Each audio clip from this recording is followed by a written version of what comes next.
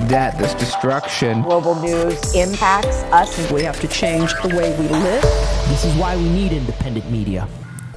Hello and welcome to Heartland's Media Civically Minded. I'm your host, Lainey Peterson, and I'm here as always with my co-host, Mr. Daniel Lupker, Mr. Kit Cabello. We got Faze behind the board. We have got our incredible mods in chat on YouTube, Odyssey, Rockfin. We appreciate all of our mods, but we really also appreciate all of you who take the time out of your busy day to check in on us, to motivate us here. Independent media would not exist without you all, and we appreciate you so much. And in keeping with that, I think Kit has a few announcements to make. First, number one, Daniel just brought to my attention, we got a brand new Patreon supporter named Shannon Hicken, $5 per month.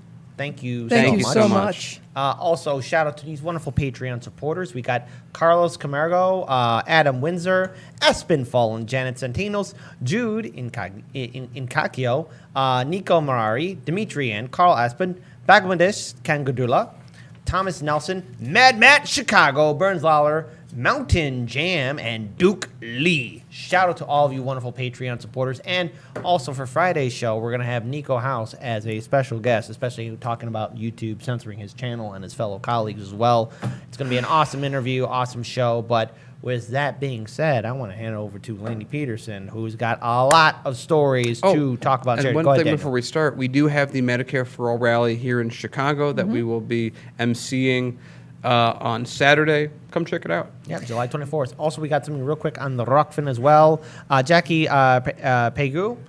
Hey there. Glad I'm catching you live. Tip $2. Thank you. We're glad to have you. Glad to have you, Jackie. Thank you so much. Thank you. But now, Lainey, take it away. A couple of things. First of all, I want to mention we have a wonderful supporter of the show named Alan Myron, and he has helped us out considerably over the years. He even at one point did an intro for us, but he recently put up a banner celebrating our team on Twitter. And not only was this banner absolutely awesome, featuring the three of us, plus, of course, Kira. But he also then had us, turned it into an animated GIF with everybody singing in chorus. And it'll probably give us a copyright strike, so we can't play that. But if you want, go on, head on over to Twitter, look up Alan Myron, Heartlands Media, and you can see this absolutely wonderful scene of all of us singing along with Queen, I'm Free. And as Daniel pointed out, this is the best way, at least for myself, and probably for Daniel as well, to be singing. That is to say, not singing, because we try to be decent human beings. We don't want to hurt you. We do not want to hurt anybody. But Alan Myron, you're awesome. And if you want to get, I was having a really bad day, and you just managed to cheer me up. So thank you all so much. And again, you guys are the greatest fans and supporters in the world. And by the way, I wanted to bring up a couple of stories. The first couple stories are updates on some stories we've reported on in the past. Nice. Some of you may be aware, I've talked about this in the past, Scabby the rat. This is an inflatable rat that union brings out to basically humiliate bad employers, or in some cases to put pressure on suppliers to employers that are currently in labor disputes. It's a large rat. There's also it has some cousins, including Fat Cat and Greedy Pig. And so they're very large inflatables. Well, apparently, the courts have always held that the presence of these inflatables is perfectly acceptable under free speech laws, as long as that they are not used to block thoroughfares or that sort of thing, as long as people can move around. But under the Trump administration, the National Labor Relations Board was trying to curb the use of Scabby the rat. In this case, what happened was it was a little bit more complicated than many people, I think, realized. Essentially, what was happening was the International Union of Operating Engineers, Local 150, which is, by the way, located outside Chicago, was in a dispute with a company and decided to bring Scabby the rat to a trade show to put pressure on a supplier. The National Labor Relations Board questioned that decision. because they were putting pressure on a third party. And so it was brought up, the question was, could they continue to use Scabby the Rat? Although I think this is incredibly funny because the general counsel for the National Labor Relations Board, Peter Robb, was arguing that the union, by using Scabby the Rat, was engaging in confrontational, threatening, and coercive tactics. Look, it's an inflatable. It's an inflatable that's very rat. scary. It's very frightening. I mean, I'm sure cops kept shooting at it. They just got scared. They didn't know what to do. Yeah, they had no idea what to do in the face of an inflatable rat. Now, look, this is, in any case, what has happened is that the National Labor Relations Board has put this to rest and said, yeah, this is constitutionally protected free speech.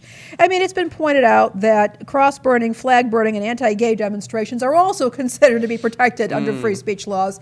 The fact that somebody is that is bringing an inflatable rat to events is a legitimate, as far as I'm concerned, act of protest, is absolutely covered under free speech, and really now. Yeah, I think that if we're, I didn't even make that connection. It's such a fantastic connection. It's like, who are we in this country to say that an inflatable rat that's pretty iconic is not free speech, but everything else that happens in this country is? If you're going to be demonstrating, I mean, the point of a demonstration is you're trying to attract attention. All right. Now, I don't like, and I realize that this is probably going to ruffle some feathers in our audience. I'm generally speaking not fond of demonstrations that impede traffic, that keep people from freely moving. But in this case, Scabby the Rat was being brought as a demonstration piece. They weren't doing anything, as far as I know, illegal with it, except that some people got very upset, went to the National Labor Relations Board, and under the very so-called pro-business administration, they were questioning the use, but this seems to have been resolved for now. Do you think they filed under the My Feelings brief? My feelings. Violence. You know, here's something that we need to address. Again, you know, that kind of unchecked unprofessionalism really says a lot about everything that we've seen, especially with last year as well, was all the protests and activists too pushing back. It's just like, come on, cops, be better. You know? Well, this wasn't. Yeah, I mean, and in this particular case, it wasn't. You know, this wasn't about police officers. This was actually a company that didn't like the fact that this very large inflatable rat was being used to put pressure on suppliers. And again, I'm sure it made people uncomfortable, but that is not a good enough reason for this sort of thing to be happening. Also want to bring up another story. Now, this was back in 2019 over at our old studio. You and I interviewed Ron Placone. That's Ron right. Placone, many of us know who he is. He's a well-known a progressive comedian. He's been a great friend of the show. He works a lot with Jimmy Dore, Graham Elwood. And he actually asked to come on because he wanted to talk about facial recognition and how it could be used and misused in society. Well, Vox's Recode has done a report noting that facial recognition technology is spreading everywhere. It's in grocery stores, it's in retail shops, and it's really kind of a clarion call to the possible abuses of this system. It's one thing when facial recognition is being used in government buildings, but when it's being used in private settings, things can get even, shall we say, more concerning. Because shoppers may not be aware of what's going on. Employees, and this is where I'm really worried when we talk about labor rights, is when faces are constantly being scanned by employers, what are they looking for? Some people have noted that they might be looking for the expressions on their faces. And one of the difficulties with this is that we have these things called microexpressions. And the experts in microexpressions, these are just involuntary facial movements that we have in response to fleeting thoughts, our interior lives. If they start trying to catch people with certain kinds of expressions on their faces, are they going to fire somebody on the basis of not being, of not showing enough animation or not having enough morale. We also have situations where the retail stores are saying, well, we're using facial recognition to curb shoplifting.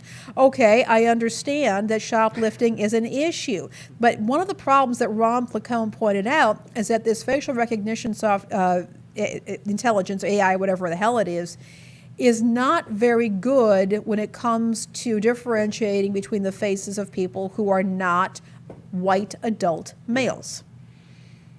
That's So- consistent in the entire And industry. and that's a real situation here. Again, it could be used to track where, it can be used to track people from store to store, tracking their activities.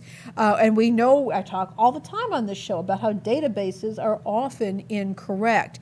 It's really quite disturbing. I recommend reading the article. Recode has got some pretty decent stuff. Vox is Vox, but Recode's pretty good. It's from a business perspective. But there's a lot of concerns that I have here about personal privacy rights, particularly, I'm very concerned about employees. I don't like the idea of employees being monitored in this way, particularly if these companies are sharing their data. Are they going to start tracking and finding out where employees are going after work? Okay, I got to add something on here because I've had some experience working in retail, not only at Costco, but at Bed Bath & Beyond. But when I was working at Costco, waking up at 3:30 in the morning and doing my morning shift, you're not going to have the most happy-go-lucky face on. And the thing is, who do they think they are with this kind of technology? This is how you create a disaster, a perfect storm, because everyone has different thoughts, everyone has different emotions, and even right now with the stress that we went through in 2020, there is no excuse to say, like, well, okay, you don't know what that person's going through, what that person is thinking. And so I just want to say that, so on the shoplifting part, I think there's a much easier way to tell if someone is shoplifting if you see them shoplifting. Yeah. That's just me. That seems, because another thing that goes into this that we've seen with other cameras, that Lainey's exactly right. It's all one reason why cameras naturally white balance versus dark balance. It's a whole thing. If you look into it, this is a thing that's been an issue with cameras ever since they were invented, that they are very much tracked to one sort of person and what they're really good at seeing. These cameras are going to get it wrong a lot. We already have enough cases that we've covered in the past of the police beating someone nearly to death because, oops, the camera said he was this person, but it was really like this person. These cameras are about as accurate as the YouTube algorithm. And they're more or less accurate against different channels or different people, which is just like also the YouTube algorithm. So this is not going to go well, and it's not going to give them, on one side, it's not going to give them the best data anyway for the reasons that we've already mentioned. And what are we going to have? Are we going to have instances where people are peacefully shopping through stores, and then the security comes up and says, come with us. You are guilty of a thought crime in this here premises. What's my crime? You haven't done anything, but we know that you were thinking about stealing something because the micro expression, oh, wait, I hit the machine. Never mind, you're free to go. Okay, you don't want to be a client anymore? Okay. This is just going to cost them business. Yep, exactly. Before we move on to the next segment, I want to acknowledge a couple of live stream chats. First, from Mohammed Mahardi, I hope I said your name correctly, $5 YouTube Super Chat. Off topic, but will Katie Porter attend the March for Medicare for All rally in her district? I don't know what each individual organizers are doing. I just do hope that, again, for July 24th, everyone's safe and all the speakers are able to get there safely and we're all able to speak and stand in solidarity for March for Medicare for All. I wish I can give you a clear answer. Unfortunately, I do not know. And You know what I'm going to say? Maybe. Okay. Also, let's pull up Rockfin here real quick, and then we have to hand it back to Lainey. Valerie Denson, tip $10 thank you on so much. Rockfin. Thank you. So much. Before the presidential election, a friend texted me an Asian website that had contents from Hunter Biden's laptop. Next time I updated my iPhone, Apple and the Dems deleted the website straight out of my iPhone. Does not surprise me. That doesn't surprise me, yeah. And I hear this is the kind of thing when you are running. When you're dependent on a technology that you have bought and paid for, and yet you don't have full rights over, that's what happens. I'll remind people of a couple of things that happened when people had when Apple Music added U2's album to everybody's phone. Oh, I remember. And they did that, and that made everybody mad. But there's also an issue with the Amazon Kindle, where a book was published, people purchased it, it was downloaded to their Kindle, and then there was some kind of a dispute with the publisher, and Amazon went in and took it away. And people are saying, "Well, this is my item. This is my purchase." Well, that's not what you signed. And we've been talking about the right of repair on Yeah. this show. In fact, last week we were talking about farmers hopefully will be getting the right to repair their own tractors.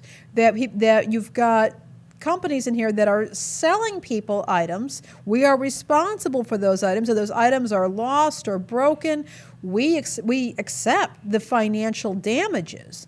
But yet they're not entirely our own, because a corporation has the power in the things that we're signing off on to say, well, you can only do this, this, and this with it. And it's funny because then a lot of people will say, well, phones are the pinnacle of Western freedom. And I think in a lot of ways, it's not wrong. Also, do we have anything on Odyssey? Nope. All right. Okay. Well, then let's move on to our next story. All right, this is, but I do want to mention also, show notes, there is a link to the interview that Kit and I did with Ron Placone. Yep. Al, by the way, again, shout out to Ron Placone. He's doing fantastic work Merrick. with the Jimmy Dore Show. And also, by the way, in October, Graham Elwood and Ron Placone will actually be here in the city of Chicago. So we know Jimmy Dore is going to be here in August. We're going to be there. We're going to be there, October. It's going to happen. but I we're know. also going to be there to see, yeah. Yep. It's going to be fun. So now let's continue on Yes, with the if show. you're going to go to the Jimmy Dore Show in Chicago, you'll find us. Yep, we'll be there. Yep. All right. Okay, now to getting a little bit more serious here, I've been reading some of these stories, and they are causing me a fair amount of distress. Essentially, there has been an increase in the number of people who are buying guns in the United States. And what I'm not going to get into right now is my own personal feelings about guns. Well, not that much. I'm not interested in a gun control debate. What I'm noting, though, is, first of all, there has been an increase in women purchasing guns for the first time, Asian Americans, but also people who are, shall we say, are more centrist, on the left, liberals, people who are normally anti-guns, are actually purchasing guns at this point. Overall gun ownership jumped from 32% of Americans to 39% last year, according to the University of Chicago. This is from the Washington Post. It's well under the 50% that it was half a century ago, but the biggest jump in recent decades. And a lot of these, the firearms that were purchased last year, a striking portion, it says here, of those sales went to first-time gun buyers, about 40%. A lot of people are buying guns, and a lot of people who would say that they don't like guns, they don't want to shoot. They've had problems with guns in the past, but they're buying them now because they no longer feel safe. And when you look at this Washington Post article, it's really quite fascinating, because a lot of the, shall we say, gun rights rah-rah is actually getting turned on its head by some people who are saying that, yes, they want to carry firearms because of negative experiences with law enforcement officers. They are saying that, or people are just panicking because they no longer feel safe in their own communities because of the dynamics that have conflated to create an increased distrust in our institutions and increased crime in many areas. Specifically the homicide rates, and we'll talk about crime rates at a later date, but the point is that people are becoming very frightened. And when you start seeing people who have never owned a gun in their life going out and buying them in quite high numbers. In fact, somebody was pointing out that she teaches a firearm safety class for women, and that she's having to add on new classes. A Voice of America article points that out.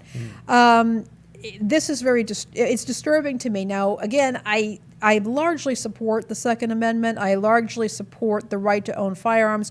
I do not like the idea that people are obligated to own firearms. And yes, I have heard this from some people who are firearms advocates. I think that every individual and household has to make their own decision about this. But in a time of increased drug overdoses, mental health crises, ongoing issues with people popping off at each other, and I use that expression a lot, but that's what I'm seeing, that's what I'm experiencing. The fact that more people are armed and are, shall we say, new firearms owners, that has me concerned. I respect people's rights to protect themselves and their homes and their families, but the fact that this is emerging out of ongoing fear and in a culture of distrust is distressing. You know, I'm going to speak on just a personal note for everyone who's watching. Look, please be safe out there. Be calm. Myself, what I do, like, I try and avoid any kind of conflict because you don't know what somebody is going through. And times are really stressful for a lot of people. And does that mean, hey, you know, you got to be a walking doormat? No, don't be that. But, you know, I've been seeing this too, where people are just waiting an excuse to get in a conflict with somebody. Yep. And again, you don't know what's going on in that person's mind, and you have to think safety about de-escalating a situation. Look, sometimes, like walking down the street in Chicago, you know, this has happened on more occasions now, where I get bumped into, and I'm like, you know, all right, take it easy. Just say, hey, all right, my fault. And you know, so far it hasn't been, but people have bumped into me, and just, you know, just like, okay, take it easy, dude. Like, whatever. But so everyone just be safe out there, because there's a lot of scared and really stressed out people, and we have to just be more aware of our surroundings. And that's all I can really say. Just, you know, just be safe and take an accountability everyone around you. Yeah, I would. On an ironic note, this might actually lead to gun control, because it has before. I want to remind everyone there was a governor of a state called California named, what is it named? Oh, it's right. It's Ronald Reagan. You know, really big Second Amendment guy. All for it until Black Panthers did exactly what he said that they should do. And then all of a sudden, now there's rules about taking guns in public places. So the great irony is this new buying with a new demographic of people buying guns may actually lead to gun control in its own weird American way. Yeah, it could very well. What I'm really concerned is that it could lead to more gun control, because of a really awful set of incidences. You know, where you basically have panicky people who are inexperienced with firearms, who are carrying those firearms and then just let loose with them. Yeah, imagine someone freaked out shooting one person in a crowd of people and not, you know, it's. Well, again, It leads to greater distrust and Yeah. animosity and the tragic loss of life in some cases. It's like, you know, it's America. We don't make any change unless 100 people die. Yeah. we don't even do that. Yeah, That's fair. we haven't done Medicare for all. You would think in 2020, with everything we saw as that, with COVID-19, things would be different. But no, nothing has fundamentally changed. All right. All right. So moving into some employment stuff, what's going on right now with the global health crisis, which the World Health Organization thinks they're going to have under control in 2022, mid-2022. It turns out it's funny. We both made our predictions on when people would be. We were both right. We were both right, which I don't like. These are things that I really don't want to be right about. But any case, You know, you were completely right. It was like, yeah, we're going to deal with this by 2022. And I was like, yeah, but we're not going to hold on. America, we're making America, America. shoot the virus. No, Hey, that's why we're buying those guns. Don't know. Guard your toilet paper. No. Hey, I got a fly in my house. Forget your wives and daughters. Just guard that toilet paper And hand sanitizer. and hand sanitizer.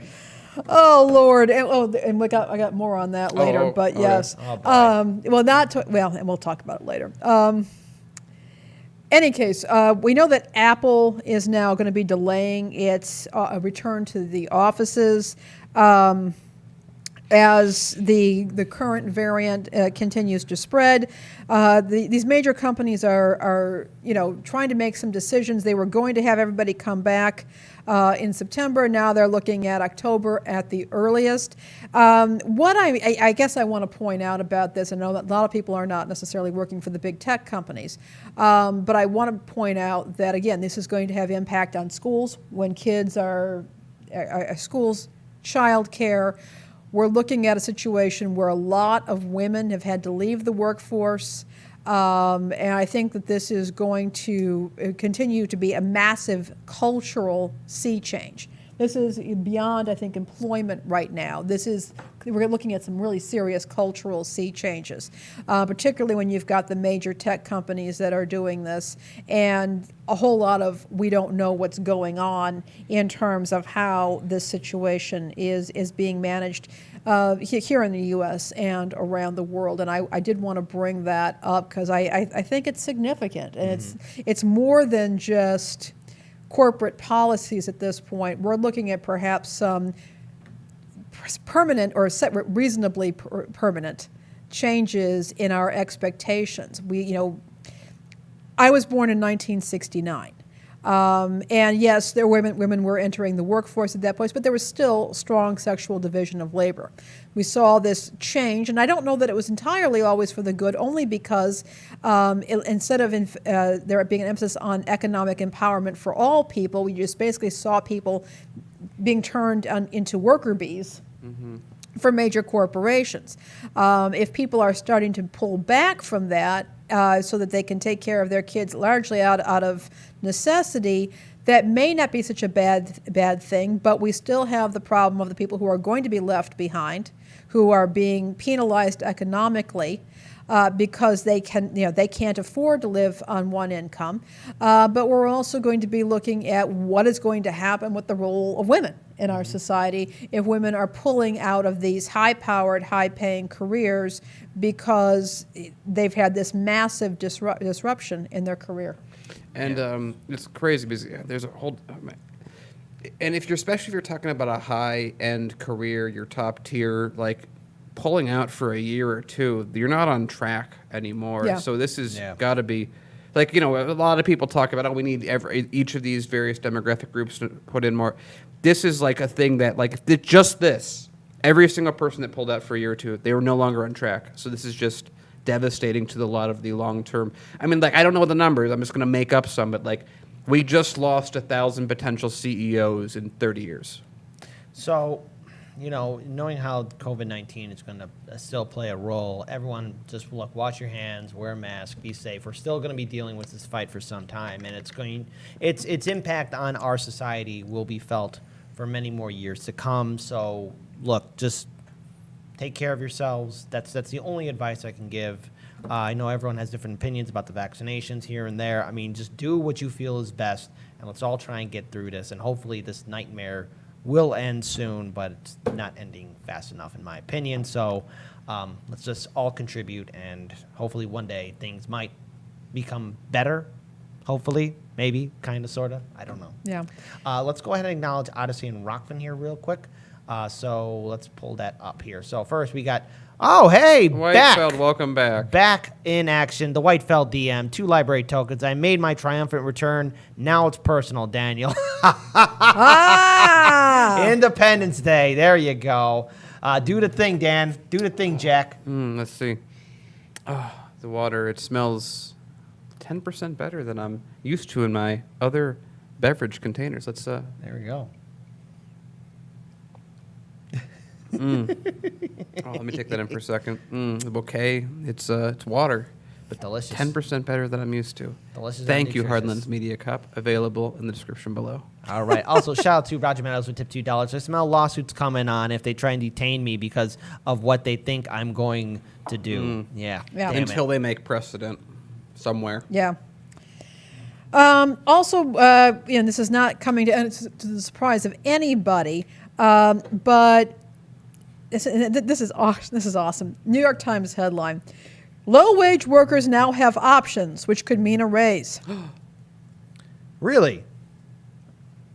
So, Businesses are terrified. They're jumping out of windows. No, no, this is everything we fought against. And on Fox News, they're saying, it's the end. It's the end of freedom. It's the end of money. It's the end of capitalism. It's all over. yeah. Wrap it up, folks. It's done. The dream is over. I love people that believe entirely in the invisible hand, pretending it doesn't exist in situations like this. It's freedom. Freedom is freedom. From the National Restaurant Association, in January, 8% of restaurant operators rated recruitment and retention as their top challenge. By May, that number has risen to 72%. First 5 months of the year, restaurants put out 92% more workers wanted posters for waiters and waitresses than they had in the same months of 2018 and 2019. Everything that you see waiters and waitresses might transition to, back of house, bartending, that sort of hosts and hostesses. There's also an increase for the demand here. Now, I'm going to say, and this is also, I think, happening with retail stores as well. Now, what I'm going to say here is there are some good reasons for this. One reason is that unemployment, and it hasn't really been that much. The amount people are getting on unemployment, even with the subsidies, has not been that high. People are potentially making more money. Well, yeah. If you're paying crap wages, people are not going to want to take a crap job. But the other thing is the increase in public hostility toward customer-facing workers. Yep. We've been talking about this. Oh, by the way, like retail stores are businesses that have facial recognition technology that's spying on their own employees. When we're looking here, what's happening here to a large extent is a lot of businesses, a lot of industries have had a mirror held up to them. This is what your workers really think of you. And this is why they don't want to work for you, even though there could be some opportunity there, even though there could be some pleasant things they like about their job. Frankly, you're not paying enough money, and at this point, it's become too dangerous. I've been reading about restaurants and businesses that have been closing down for a day to give their workers mental health breaks because customers are so rude to them. So here's the thing. For a long time, the American worker, especially those in retail, I like to say my experience at Costco was a lot different compared to a lot of other stores, but the American worker has been treated like crap. Yeah. I mean, this is there's no debate about it, and a lot of these larger retail outlets don't give their workers health care or any other kind of benefits, and if they do, it's barely minimum. I mean, Costco, it takes care of its workers, but I mean, they are the minority of large businesses that take care of their workers. And then when we talk about customer abuse, look, there are, consumers, there are customers who treat retail workers like second-class citizens. Mm-hmm. And, that retail worker didn't wake up one morning and say, how am I going to make this consumer's life a living hell? No, they're working a job. They're getting paid miserable wages. COVID-19 comes around. Everything's locked down. Everyone's business is being shut down. People are losing money. And so when workers, I think, wake up and realize, hey, wait a minute, I deserve better. I don't deserve this. I don't deserve to be treated like crap. I'm a human being. I deserve dignity. Well, of course, they're not going to come back. So that means, hey, businesses like Target, Walmart, Amazon, maybe you need to get off your high horse, treat your workers with respect, give them benefits, and stop giving your CEOs such a ridiculous amount of paychecks. Maybe if you treat your workers like human beings, maybe if you treat your workers like they are valuable for your business to succeed, maybe you'll get something that's maybe a foreign concept here in America. Worker loyalty. Maybe workers taking pride, yes, I work here because this business takes care of me, and I'm going to help take care of it. But otherwise, if you're not going to do it, well, then people have every right to do this to you right back. And I think the other thing to keep in mind, Kid, is that a lot of child care centers shut down. Yeah, that is true, and too. there's another Right. factor there that Thank you I'm for not bringing that up. necessarily seeing a lot of this, and this is something that a lot of second wave feminists were really trying to push for was daycare, on-site daycare. You want to hire women who have kids, okay, why not give them nearby daycare so that they can work more efficiently, get more work done while also taking care of their kids, which, by the way, raising children is work. It is Yep. labor. Yes. And it is absolutely labor. And but the thing of it is that a lot of daycare centers shut down, particularly in-home daycare centers, and they have yet to reopen at this point. So that's a real serious concern, and may be another reason why these companies are having such a hard time hiring people. Yeah, and it's I think another factor, and that's another wonderful component. I think another factor is that if you think about a lot of people that work these jobs that have no sense of growth, that's this work that they've been with. Maybe they work at Burger King for 2 years and then they quit because they don't like their manager, because the new manager came in and they're just terrible to them. Then they move to a McDonald's and they move to a JCPenney. But they're all working in almost like the same cast. And if you have been going through that, because a lot of people that have done this have needed work since they were young, and if you have been working in these conditions for like 6 years straight, and you really can't get any time off, you never can make enough money to take time off regardless, and you've been doing this work day after day, you've been working 2 locations, and finally, for the first time ever in your life for a lot of these people, the pandemic hits. Yep. And it's not a bad thing for them because they were laid off, but they get the unemployment money, which is more than they usually get, which of course is what Republicans were like, oh, how dare they get paid money. But I think we're talked a lot about how psychologically a lot of people have kind of cracked in the pandemic. I think for a lot of these people, they were able to finally, for the first time in their life, take a step back and go, What am I doing? oh my God, is this what it's like to not be yelled at every day? Is this Yeah. what it's like to see my kid every day, to see my husband, my partner every single day? Is it this stress that I'm not dealing with? Can you imagine if you've been so accustomed to people yelling at you, your boss yelling at you, telling you you're worthless, making no money, and then for half a year acclimatizing to just relaxing? How many people would honestly ever want to go back to that kind of work, even if it killed them? You know, there is some awesome with the volcano too. Shout out to the volcano party. Support it. Chance of Snapper 2024.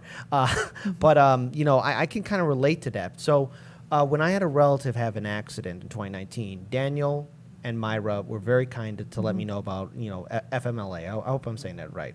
Family Medical Leave Act, yeah. And this was like the first time ever. Like I was on it for about 3 months taking care of my relative. And, you know, it was the first time in a long time since working in retail that I was able to wake up in the morning at 7 o'clock. And Daniel even said, like, this is when we were even doing the show at the old place, like, hey, Kit, I noticed that there's a more Kit in your step. And I forgot what that was like. And, you know, it was nice. And it was during that time where I was making the decision, do I still go back to work or and try and juggle Hard Lens Media at the same time? And I made a decision like, no, I want to take that risk and invest into Hard Lens Media. And I can understand where a lot of workers are coming at, especially during 2020. Now, everyone had that rosy past, but there's a lot of people who were taking unemployment who, again, with that scenario that Daniel was talking about, was like, okay, I deserve better. That retail worker who's now, you know, realizing like, hey, I deserve better. This is what life is like without being yelled at by a customer or by my boss. Why would I want to go back to that? The world, life is short. You only live once. Once you die, it's all over. Yeah. Live it to the fullest. My goodness. And literally with your story as well, from what I remember, you also had a change in manager around that time, and he was just giving you crap about doing this in general. Oh, you'll never succeed. You're terrible at this. Also, please work with me. I'd really like you to stock those shelves, but you're terrible. What a stupid idea trying to start a company. And it's like it's all it takes is a confluence of events to make these happen, and usually they happen spread out. They don't happen to enough people at once to make a movement. So, you know, every day, regardless of when this is happening or not, there's a bad manager that goes a step too far with a worker that doesn't quit because they have no other choice. But there's usually not an unemployment takeout. There's usually not as so many businesses closing. It's just the confluence of events of the pandemic have not been seen yet. Yeah, and I think we're going to see a major change. I think we're going to see some really major changes. My only concern is one of economic justice. I am concerned that not everybody's a careerist. And Kit, you talk about the cult of work, that we tend to associate, we tend to worship quote unquote hard work, no matter what it is. Now, Puritan logic. Hard work media. opposed to hard work when it's towards something productive and meaningful. But when it's work for work's sake, and particularly when it's in an abusive atmosphere, one that does not consider human beings as being mind, body, and soul, I have a real issue with it. And so, yeah, I mean, I think there has been, some people are calling it the Great Reset, the idea of people are just reassessing everything and looking at their household budgets, looking what's been going on and saying, hey, were we on a hamster wheel for way too long? But I do think that there are going to be those households where you have people who are not making a living wage, and they're the ones who get left behind. It's like every time we have one of these economic kerfuffles, yeah, there are some people who will survive, some people will even come out ahead, but there's always going to be that group of people that's left behind and never does catch up, and I'm really concerned about that. Yeah. Let's go ahead and move on now to our next segment. But we do have some chats Yeah, to read. so first let's read the Streamlab chat, because I think a lot of people don't know about our awesome Streamlab chat. It's the one underneath it, actually, Faze. That one. There we go. It's This is from Hysteric Raider, who says, there's a reason there is a department called Human Resources. The owners don't view workers as people. Meanwhile, politicians view corporations as people more than they view people as people. That's a good point. True. They certainly coddle corporations, don't they? Also, the current 12, 10 Australian dollars, I assume. Capitalism can be cruel and exploitative. It's horrible, really. Agreed, 100%. Yeah. Human resources, by the way, I've talked a little bit on this show about being very careful around human resources and your employer. I've had some very good employers. I've worked with some very good human resources people, but ultimately, they're advocating for themselves and for what they're doing there, and they're not your friend. And they're not gonna, what you give them when you give them information. You gave your manager some information about yourself, and that was used against you to discourage you. I mean, there I go. But I had a lot of people discourage me, like, no, don't quit your job. I'm like, you know what?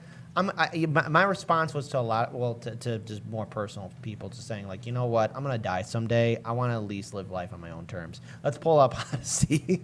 Let's pull up Odyssey right here. Tip to 2 library tokens from Aspen Fallen. A tip for Daniel's amazing acting skills. A++. Well done. I'll have to tell the actors that. Also, 10 library tokens from Aspen Fallen. Please help us convince Ayana she needs her own. His own. His own, yes. His own. Sorry about that. I read that's typed up in there. Please help us convince Ayana he needs his own HLM mug so we can all do the thing together. Why does that still sound Ayana is buying one, if I was not mistaken. But I I think if so. not, I agree. Yes. Oh, and by the way, there was a 5 library token correction. Please help us convince Ayana he needs his own Hardlands There we Media go. mug. Thank you My very bad. much. Thank you so much for that correction. So let's all be cool with that. And let's also read Roger Meadows, who tipped $2 on the Rockfin twice. 60-year-old Uber customer who was praising Basil's for creating a wonderful company and creating jobs, and how the young wants everything handed to them. He never heard of Amazon workers pissing in bottles and buzzers attached to their wrist. I would snap if somebody did that to me. Hold on.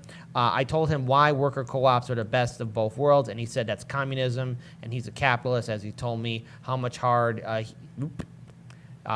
he has busted his butt. But I said, so you like having a boss and bossing you around, and was stumped for a few minutes before going on about in that situation not everyone will pull his weight. Yet I told him about our co-op ride company to compete with Uber, and he praised it. People are so held to their talking points that they can't do any critical thinking for themselves. You have to hold these boomers by the hand. No wonder they got co-opted. Yeah, and this is the thing this is why co-op is such a great business model idea, at least in my mind, is if you have workers, if you have the standard, what you see, it's you work people basically until they're not going to give you any more juice, and then you fire them. Then if in the union management situation, union wants all the profit to go to the workers, management wants all the profit to go to management, and management will usually win that fight. And then with co-ops, they're the same person. You have skin in the game. You have skin in the game. You work on a percentage of profit. You are both the owner and the worker, So you want to work hard to make the company grow because you're going to directly get out of it, but you don't want to work yourself too hard, so you'll make a compromise. I like it when people's humane. views are aligned. Right. Yeah. And also, real quick, about this whole cult of work, it's Puritan logic. The Puritans, also known as the Pilgrims, were the ones that brought this here to this country. And the Pilgrims weren't persecuted. Everyone got tired of their crap in England, and they told them to leave. That's the real history. No one will ever tell you that, but that's the real logic. Everyone's like, yeah, let's have fun. Puritans come in banging, whatever. Oh, you can't do that. Yeah, Fun's can't do that. illegal. Yeah. No. You got to go. All right. So, anyways, let's continue on with the rest of the show. So this is an interesting time. The Consumer Financial Protection Bureau, which was founded at around the 2008 great crisis, economic crisis, foreclosure crisis, and everything else, at the assistance of Elizabeth Warren, probably in exchange for not actually putting the banksters in jail for what they did, but here we go. It's been around now for 10 years. And it's kind of interesting to see what's going on with it. Market Watch, which is a highly capitalistic publication, notes that actually it has met a lot of its goals. And over the past couple of years, I've been dunking on it a lot because under a certain administration, it really was not doing its job. But I'm looking at what it's managed to do. First of all, the banking industry has done incredibly well. As this article points out, Wall Street profits soared during the first half of 2020 in the midst of the worst global health crisis we've had in a century, but also pointed out that the banks are doing just fine. Their income was doing just fine. But what has happened is this. During its tenure, 10 years actually, the Consumer Financial Protection Bureau did get about $14.4 billion in consumer relief and another $1.7 billion in civil penalties against various businesses and financial institutions that were screwing over customers.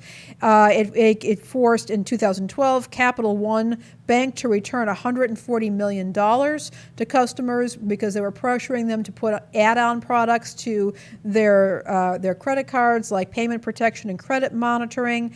It has held Wells Fargo accountable. In fact, so they've had to settle charges and they forced their CEO out.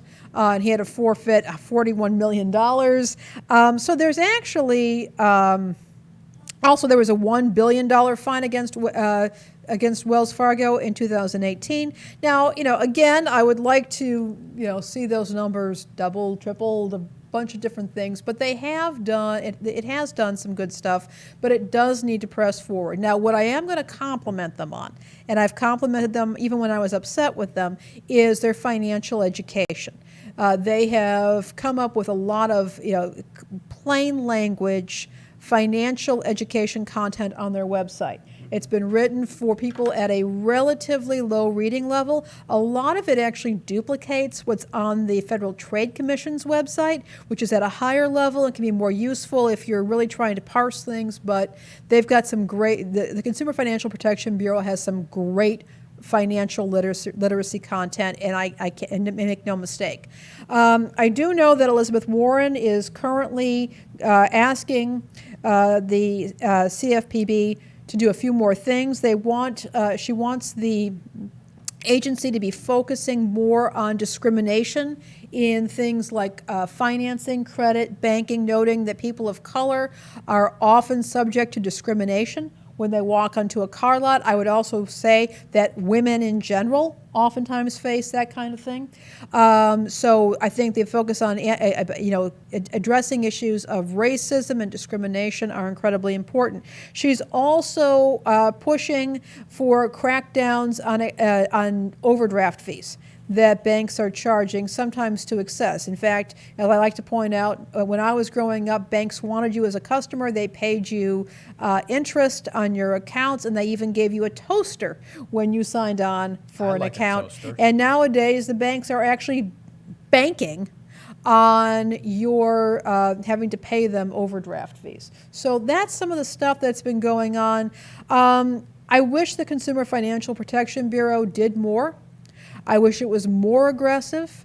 And I really wish the people who had created the financial crisis back in 2008, I wish they had gone to jail. I wish they had gone to prison. I'm not a fan of incarceration, but at that level, I think it may be the only way to discourage that kind of behavior in the future. I think that if you can, the notion of too big to fail is extremely distressing to me, for the simple reason that you're saying that once something it gets so much capital, so much power, it's allowed to do all that, it can operate with impunity. That is not what should be happening in a just and open society. And, as I said, I think the Consumer Financial Protection Bureau is doing some good work, but I want to see it get a lot more aggressive. Okay, well, I mean, again, I want to see more aggressive pushback from our lawmakers, but sadly, what we have isn't enough. And look, consumers need to be protected. I mean, why are we even having this conversation? Consumers who use the banks, there's this assumption that, well, the bank should be helping us, but obviously we don't live in that world. And 2008, it set the precedent for these banks, these Wall Street executives, and everyone else that got away with the 2008 collapse to do this and continue this abuse. And look, the same thing that happened in 2008, it's starting to be, that perfect storm is starting to create itself all over again. Yeah. And so, yeah, please be safe out there, folks. Yep, absolutely. That's all I can ask of anyone. So we hear a lot about sustainability, and people want to be involved with recycling and that sort of thing. And Yeah. The problem is that according to a Retail Brew Harris poll, people are all about sustainability, but not when it comes up against fast shipping. More than half of the people who were surveyed said that it's important. 46% said no, it's not that important. The problem is that everybody, about 56% said faster delivery supersedes shopping sustainably. So it's like this. I grew up in a time where mail order was a very slow process. If you ordered something by mail, you were looking anywhere from 6 to 8 weeks, sometimes even longer. I don't know, some of you who are my fellow Gen Xers, you may remember the old Ronco commercials, the Ronco albums or the K-Tel albums they would be selling you by mail. By the way, you could collect on delivery back then, where you didn't have to, people didn't have credit cards, so you would they would come to your house and you would pay the postman. But yeah, they would say 6 to 8 weeks or sometimes 8 to 10 weeks to get something. And we did it. We dealt with it. Now those shipping times speeded up, but we've gotten so used to the same day or next day or 2-day shipping that we've come to expect it. And in some cases, people are allowing that to trump commitments to sustainable practices. Now, I could sit here and wag my finger and say we're all being very naughty, but there's another way of thinking about this. Maybe people are stressed, and they want fast shipping because the alternatives require another trip to the store or driving halfway across town. I think that our values are in conflict largely because the environment that we are living in is in conflict. We're being told to be sustainable, but we are also being told work, work, work, work, work. And when you live in a state of economic stress, having something delivered quickly can relieve some of that stress. It's kind of distressing. I think it also pulls into the human's natural instinct of impulse. It's one thing to be impulsive with an album many years ago where you go, okay, I really want it.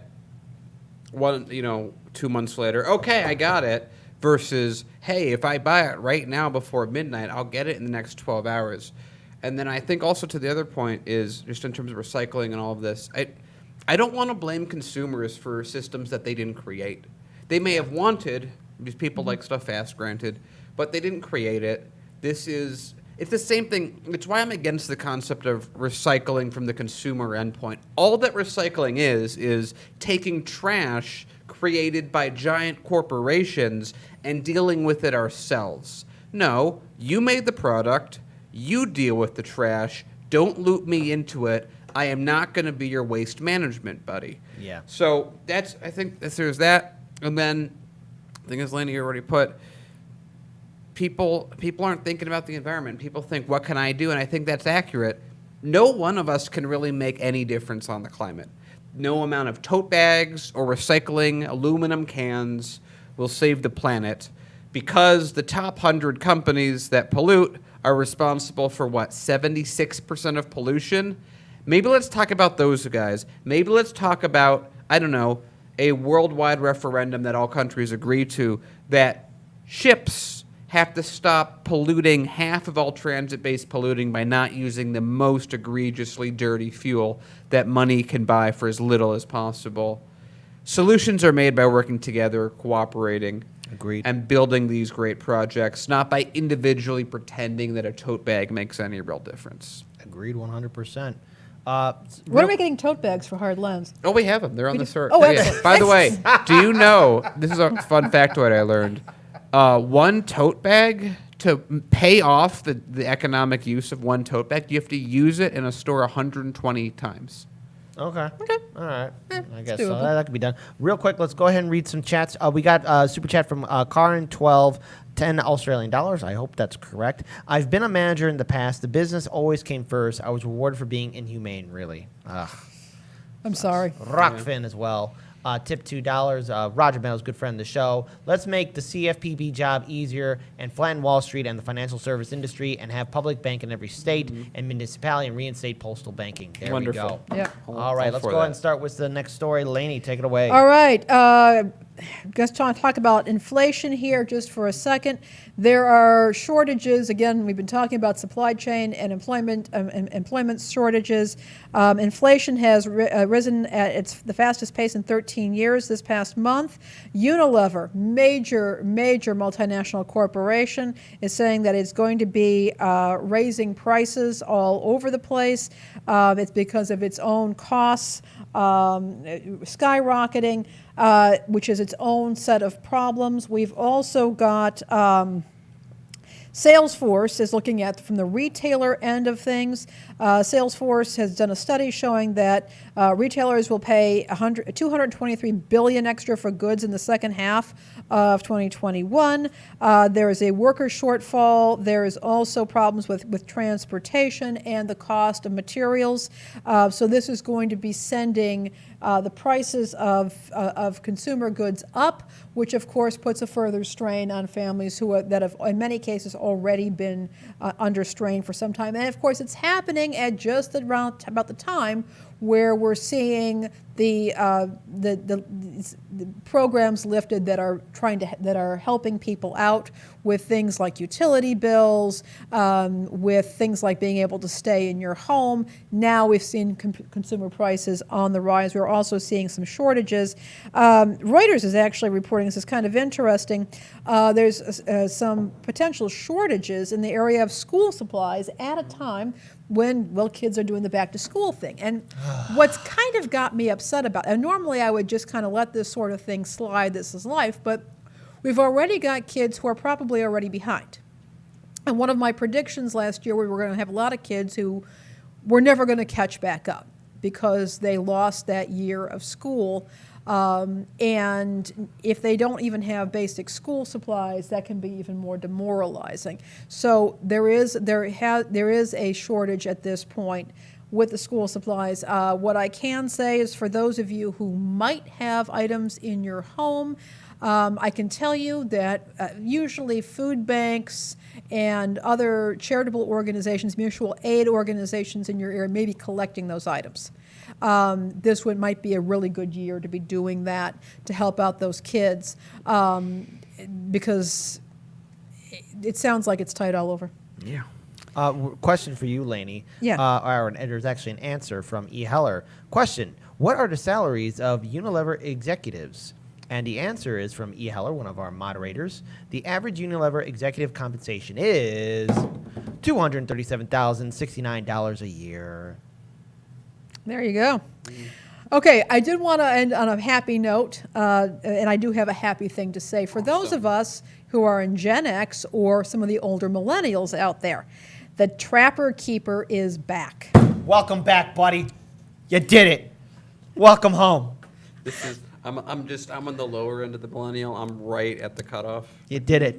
It's back. When I was in school, they came out, and they were actually banned by some school districts because I think they were seen as... They hate freedom. They hate freedom. Yeah, they absolutely hated freedom. It's true. But Meade has, and you can see the press release in here, they are bringing back the old Trapper Keeper. And actually, they were great because you could basically keep all of your documents and folders and papers and whatnot in there. And I know that, not all schools, well, some schools are more electronic than others, but people still need papers.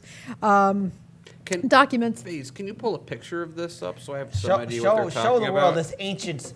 It is this ancient binder folder that can hold all of your folders and papers, and it's got the oh gosh, what am I talking about? It's the Oh, I see. the Why were they banned? It's Velcro. It's got the Velcro Because strip, what and the they're thing is, even people hated in freedom, that's they're why. even in the '80s patterns and that sort of thing. It's totally retro. So they were banned, as far as I can tell, because we were required to have folders. We had to have folders and binders, but for some reason, the schools didn't like them. I think in some cases they were trying to discourage envy because there was a premium price. Oh. They didn't want those distinctions. Also, as I seem to recall, sometimes your teachers would want you to keep all of your papers in a 3-ring binder, and you would have to hand it in for them to grade and come back, and that the Trapper Keeper didn't work for that. But I think it's really cool because it was considered to be the most elite back-to-school item that you could have. And so I think it's kind of cool that they're bringing it back. That's right. That's right. See, there is still hope. There's There's still still hope. freedom. Yes. Anything can come back. And I also want to bring back the catchphrase, hey, that's pretty wizard. Let's bring that back too. Why not? All huh? I can say on this is that if some big TikTok star starts using them, they'll be back. They'll be back. That's right. All right. And now freedom's back. So Yeah, when you were folks, saying that they're kicked out, I'm like, oh, is this like, a backpack that has like security in it? It's like, I'm like, It's a oh, binder with a Velcro strip Yeah. on it It was that a- holds it everything was a- together. it was But a binder. they were cool, I- and they had like a cushioning cover, and they Yeah. were cool. I got to say, I was expecting a little more, but I clearly don't have the memory you guys do on this. So Well, you're also significantly younger. yeah, so I don't have the memory on this. And So, that- but Kit clearly convinced me that this is a strong product. this is freedom. This Freedom. this is freedom. Yes. One step at a time, folks. Hey, we're going to win this damn fight. wait. Follow along, and on July 24th, we're going to march for Medicare for all. I want to read a chat from someone who, before they delete their thing. This is Norman Keena. We were so poor we had to eat our school teachers. Thank you, Norman. Got ya before you deleted it. We got Norman Keenan for the win. We got him, man. guys. All right, we got him. All right. Also, let's pull up Rockfin here real quick. Roger Meadows tip $2. Great. Now bring back Color Commission.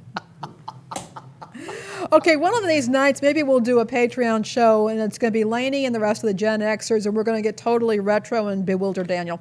I would right. love that. I'd love to. That'd be a great segment. Yeah, I mean, we could talk about the things that we had, what was cool back then. Remember, we are the bridge generation when it comes to technology.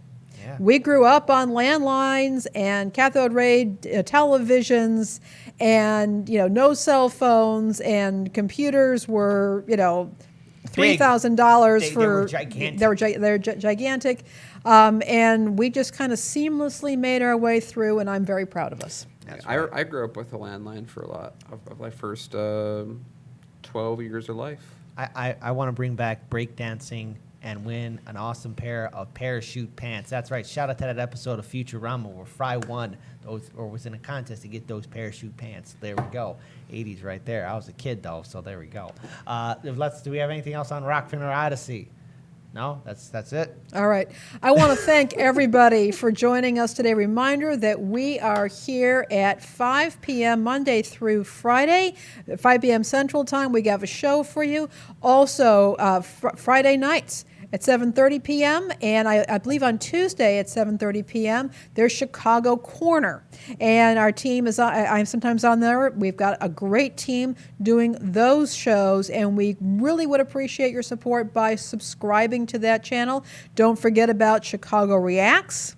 That's our reaction channel, and it's really doing fantastic. It is a fantastic channel. Yeah.